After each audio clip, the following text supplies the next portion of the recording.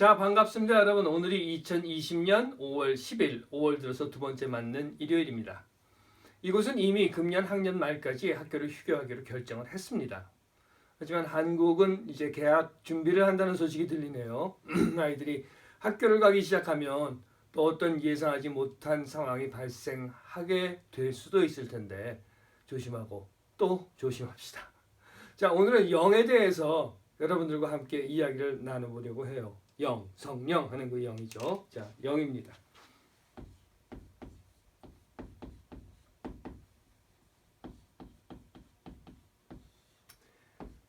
첫 번째 제가 여러분들과 말씀 나누고 싶은 것은요, 영에 대한 존재 이야기예요. 영이 존재하는가 하는 거죠. 있다, 없다 이런 이야기입니다. 뭐 영, 혼 이런 이야기인데요. 어떤 사람들은 있다고 하고 어떤 사람들은 없다고 하고 어떤 사람들은 경험을 했다고 하고 어떤 사람들은 못 믿겠다고 하고 이렇습니다. 그런데 인류 역사에 쭉 보시면은요, 유적이나 또는 사람들이 살아왔던 그 과정들 속에서 이 영이라고 하는 것은 항상 인간의 주제 중에 하나로 자리를 차지하고 있었던 것만은 사실입니다. 뭐 피라미드를 짓는다거나 아니면 무슨 뭐 이렇게 무덤을 엄청나게 만들어 놓고 그 안에 부장품을 집어넣는다거나 하는 것들, 바로 이런 이야기들이죠. 저는 영이 있는지 없는지 뭐 제 경험이라고 하면 할 수 있을까? 있는 것 같아요.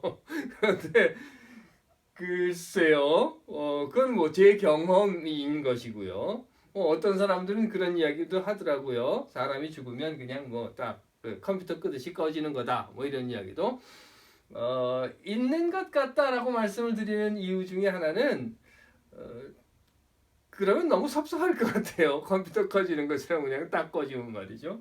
그래서 영이라고 하는 것이 있는 것 같다. 하지만 정확하게 제가 여러분들께 말씀드릴 수 있는 건 뭔가 하면 모른답니다. 영이 있는가 없는가 그건 각자의 경험이나 또는 그 역사 속에서 그들이 생각했던 것, 거쳐왔던 과정일지는 모르지만 증명되거나 확인되어 있는 그런 영의 존재에 대해서 사실 우리는 모른다라고 하는 것이 정답일 겁니다. 모르는 걸 안다고 우기기 시작하면 거짓말이 되니까 말이죠. 자, 그렇다고 하면 이 영은 영이고요. 성서에서 이야기하고 있는, 기독교에서 이야기하고 있는 영은 뭔가 하는 거죠. 뭐 여러분들 많이 들어보신 이야기예요. 맞습니다. 성령이라고 하는 거죠. 성령. 이렇게 했습니다. 거룩한 영이라고 하는 거예요. 뭐 스피릿이라고도 이야기를 하기도 하고요. 영이라고 하는 것, 또는 뭐 고스트라고도 이야기를 하기도 합니다. 그런데 그리스어에서 보시면은요, 이 영이라고 하는 것을 뭐라고 표현을 했는가 하면 푸뉴마라고 이야기하고 있어요. 이런 단어가 성서에 나와요. 영이라고 하는 것. 그런데 영은 영인데 무슨 영인가 하면 성령이라고 하는 거죠. 그래서 앞서 말씀드린 것처럼 그 고스트라든가 스피릿이라든가 하는 단어 앞에 홀리라고 하는 단어를 붙여서 홀리 고스트 이렇게 이야기하는 것이 성령입니다. 성서에 나옵니까? 나옵니다. 성서에서는 어디에 나옵니까? 복음서에 나오죠. 당연히. 복음서에서 예수의 이야기들 중에 이 성령이라고 하는 단어들은 계속해서 나와요. 성령, 푸니마. 어디에서 나옵니까? 첫 번째로 뭐 여러분들 잘 아시는 대로 지난번에도 우리 말씀 나눴는데요. 뭐 성령으로 잉태했다. 그럴 때 성령으로 잉태했다 하는 성령이라고 하는 것이 나오고요. 또 뭐 수없이 많지만 몇 가지만 말씀드리면 그런 거예요. 예수가 광야로 시험을 받으러 갈 때에 성령이 예수를 광야로 인도했다. 뭐 이런 이야기들이요. 이것뿐만 아니라 뭐 성령의 세례를 받는다. 뭐 이런 이야기도 있고요. 또는 예수가 세례를 받는데 성령이 비둘기 모양으로 뭐 나타났다. 꼬리가 없어졌네요. 비둘기 모양으로 나타났다. 뭐 이런 이야기들. 이 성령이라고 하는 이야기들이 계속해서 성서에서 나옵니다. 그렇다라고 하면 성령이 무언가 하는 거예요. 성령은 도대체 무엇일까 하는 거 한번 이야기를 해볼게요. 자, 성서에 나와 있는 이런 성령에 대한 것. 그러면 성령이라고 하는 것은 과연 무언가? 예수는 성령에 대해서 뭐 이런저런 설명들을 해요. 그래서 뭐 보혜사 뭐 이런 이야기도 단어로 사용을 하기도 하는데, 복음서에 나와 있는 이런 예수의 성령이라고 하는 언급 외에 우리가 성령의 현상을 직접적으로 성서에서 볼 수 있는 것은 사도행전입니다. 사실은요. 사도행전에 보시면은요, 사도행전에서 제자들이 성령을 받은 사건이 나와요. 그 제자들이 성령을 받는 사건이 무엇이었는가 하면, 예수가 이제 죽고 부활했고 승천했다고 하잖아요. 그래서 가버리고, 그리고 제자들끼리만 이제 남아 있는데, 갑자기 확 바람도 불고 하여튼 뭐 이상한 현상이 일어났다고 해요. 그 현상 일어난 것은 뭐라고 썼는가 하면 사도행전에서는 불의 혀 같은, 이렇게 얘기했어요. 불의 혀. 영어로 번역되어 있는 것들은요, 이 말 그대로입니다. 불의 혀예요. 그래서 뭐라고 쓰여 있는가 하면 seems to be tongue of fire, 이렇게 나와 있어요. 그러면 원어에서는 어떻게 되어 있는가 한번 볼까요? 원어에서는요, 그노사이 이렇게 나옵니다. 그노사이, 그렇죠? 오세이 말이 좀 이상하죠? 퓨로스 이렇게 돼 있어요. 이건 뭔가 하면요, 이런 겁니다. 그노사이라고 하는 것은요, 말 그대로예요. 그노사이의 원형은 그노사거든요. 맞죠? 그노사가 혀란 말입니다. 혀. 그리고요, 퓨로스라고 하는 것은요, 원형이요, 퓨르예요. 이게 뭔가 하면 불입니다. 자, 여기에서 우리가 분명히 알아야 할 게 있어요. 그건 뭔가 하면요, 성령이 이 사도들에게 왔는데 어떻게 왔는가, 무엇으로 왔는가 하면 불의 혀 같은 것으로 왔다는 거예요. 그러니까 불의 혀 같은 거예요. 불이 아니라 혀 같은 것이 왔다는 거예요. 혀. 혀라고 하는 거예요. 그노사라고 하는 단어. 이 단어는요, 무슨 의미를 또한 가지고 있는가 하면 그냥 이 탕이라고 하는 이 탕 외에 말, 언어 이런 의미를 가지고 있습니다. 우리말에도 그러잖아요. 왜? 혀 잘못 놀려가지고 뭐 이런 얘기 하잖아요. 그거 뭡니까? 말 잘못했다는 뜻이잖아요. 그런 것처럼 그노사는 말, 언어입니다. 그런데 이 말, 언어가 여기 보시면요,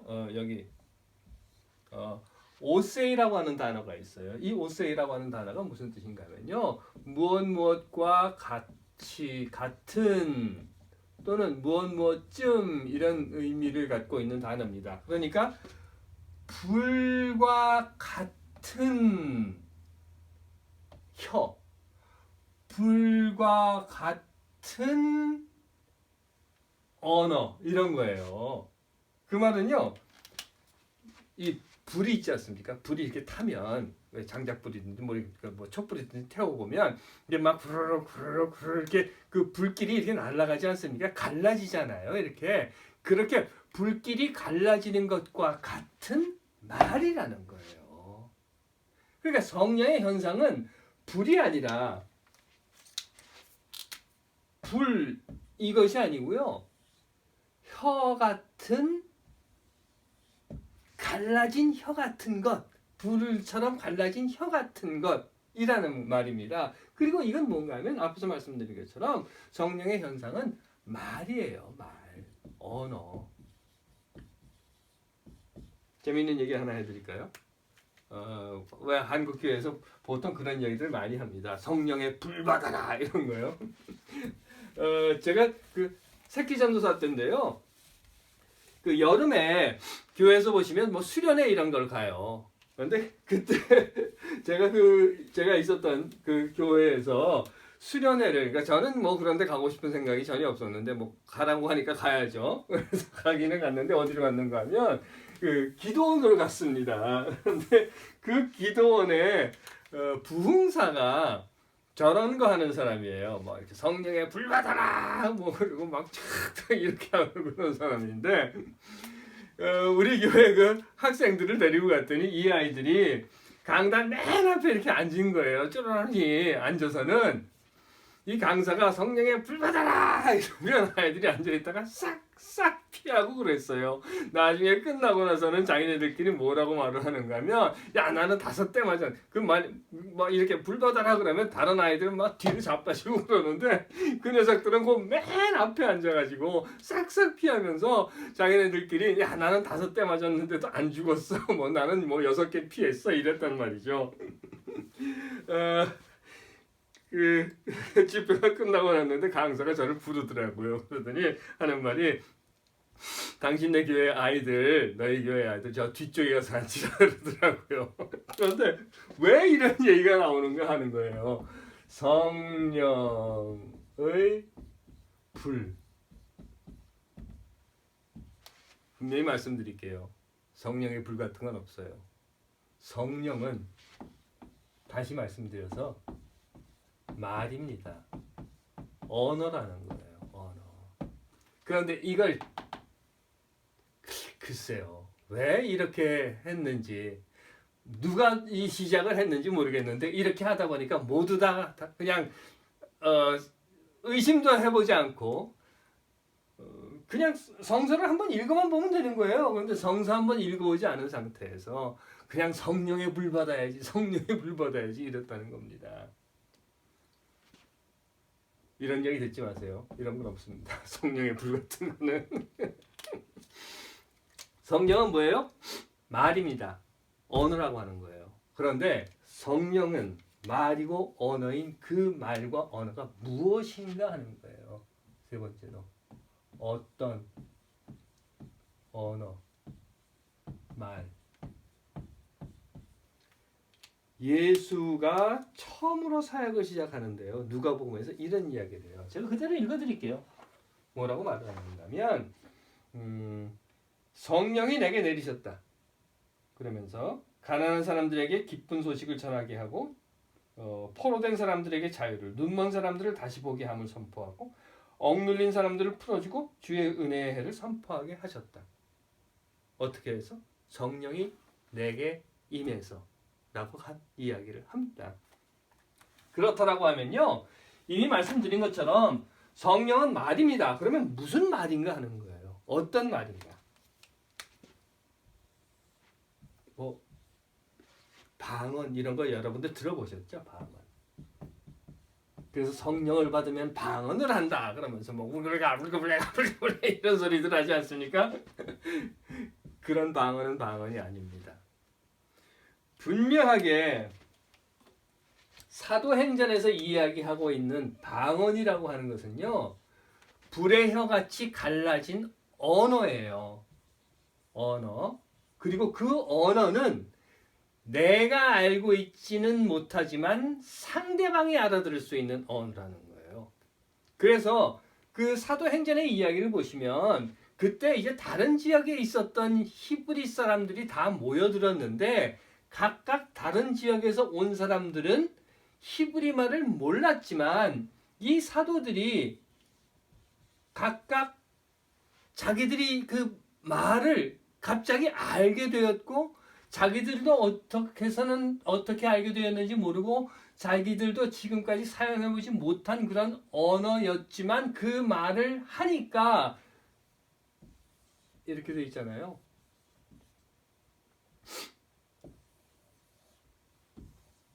여기가 유럽이고요.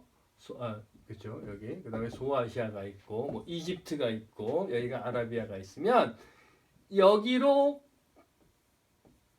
세상 곳곳에서 모여든 사람들, 그러니까 유대인들은 유대인들이지만 유럽 쪽에서 온 사람들, 그러니까 소아시아 쪽에서 온 사람들은 헬라 말을 했을 테고, 아랍 쪽에서 온 사람들은 아람 말을 했을 테고, 또는 이집트 쪽에서 온 사람들은 이집트 언어를 사용을 했을 텐데, 이곳에 있었던 제자들이요, 자기들은 전혀 아랍말도 몰랐을 때고, 뭐 아랍말, 사실 뭐 아랍말을 쓰기는 썼지만 여하튼간에 자기들이 몰랐던 말들, 이곳에서 온 사람들이 사용하는 말인데 자기들은 몰랐던 말을 갑자기 하게 되었다는 겁니다. 그 말은요, 다시 제가 여러분들께 말씀드릴게요. 나는 한국말을 써요. 그런데 나는 독일말을 못합니다. 하지만 내가 전하려고 하는 말을 갑자기 독일말로 독일 사람들에게 하게 된 거예요. 갑자기 인도 사람들에게 인도말로 하게 된 겁니다. 그 뜻은요, 내가 알고 있는 단어가 아니라, 내가 알고 있는 언어가 아니라 저들이 알고 있는, 저들이 알아들을 수 있는 언어로 말하게 되었다는 겁니다. 말이라고 하는 게 그래요. 뭐 여러분들도 많이 경험해 보신 것이지만 똑같은 말을 해도요, 똑같이 한국말을 해도 못 알아듣는 경우 많아요. 똑같은 언어를 사용해도 나는 아라고 이야기를 했는데 상대방은 어라고 받아들이는 경우들이 많이 있다는 것 우리 경험으로 알고 있습니다. 하지만 지금 이 성령을 받은 사람들이 했다는 말은요, 내가 아라고 말을 하려고 했던 것이 아닌지도 모르지만 이 사람들은 분명히 그걸 아라고 알아듣게 되었다는 겁니다. 나는 아라고 하는 말을 할 수 없는 상황이었지만, 뭐 한국 정치 이야기 여러분들께 뭐 깊이 말씀드릴 이유는 없는 거지만 무슨 뭐 종북, 뭐 빨갱이 이런 논란들을 하는 거 많이 여러분들 들어보셨죠? 똑같은 현상에 똑같은 말을 하는 대로 영 딴소리를 하고 있는 것, 딴소리로 알아듣고 있는 것 말이죠. 그러다 보니까 무슨 언론이 기레기네, 뭐 기덕이네, 뭐 이런 소리가 나오게 되는 겁니다. 성령을 받은 사람들이 했다는 이야기는요, 내가 알고 있는 언어가 아니라 저들이 알아들을 수 있는 언어로 말을 했다는 거예요. 이게 중요한 겁니다.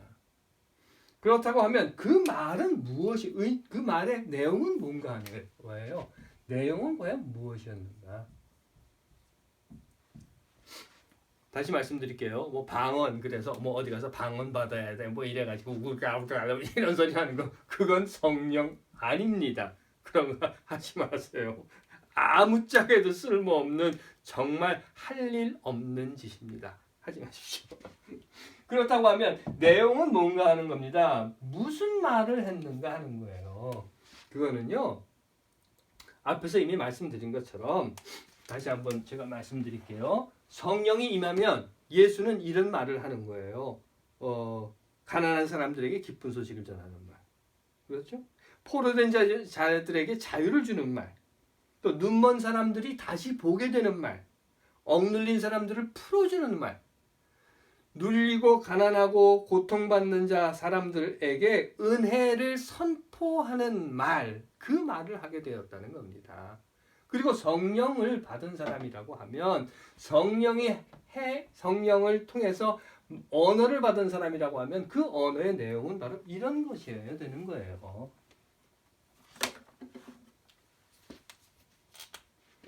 하나님께서 만드신 사람이 사람답게 살 수 있게 하는 말.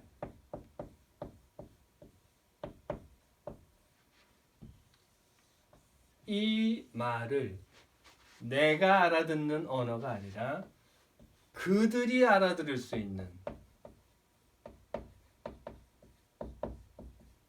언어로 말을 하게 되는 것이 바로 성령의 말이라고 하는 겁니다.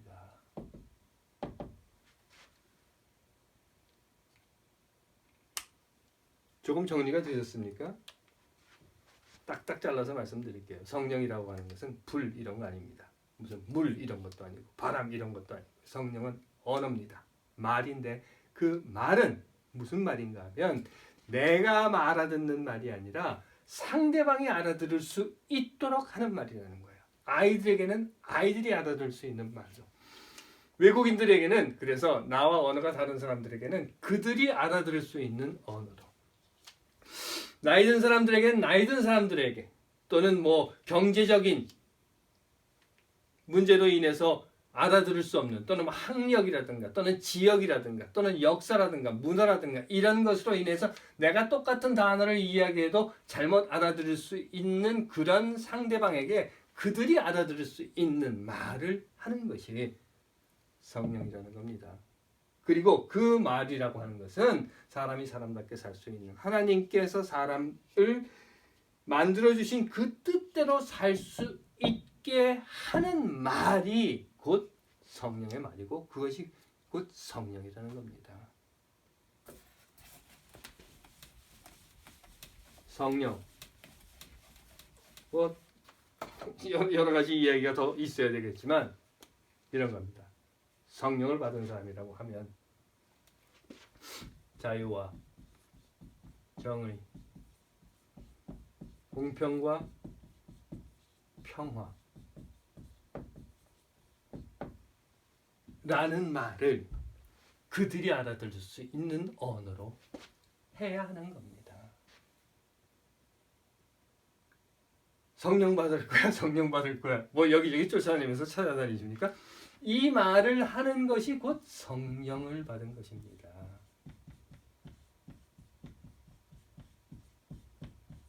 그러면 성령을 받은 사람은 곧 이 말을 해야 하는 것입니다. 성령, 말입니다. 언어입니다. 하나님의 자유와 정의 그리고 공평과 평화를 전하는 말을 하는 여러분들이 곧 성령을 받으신 분들입니다. 성령에 대한 얘기 오늘 이렇게 좀 복잡한 이야기를 너무 짧게 했나요? 여하튼 이렇게 여러분들과 함께 나눴고요. 날이 많이 따뜻해졌다고 하죠. 그렇지만 어디 밖에 나가시고 이럴 때 마스크하고 다니시고요. 건강 잘 챙기시고요. 다음 주에 다시 뵙겠습니다.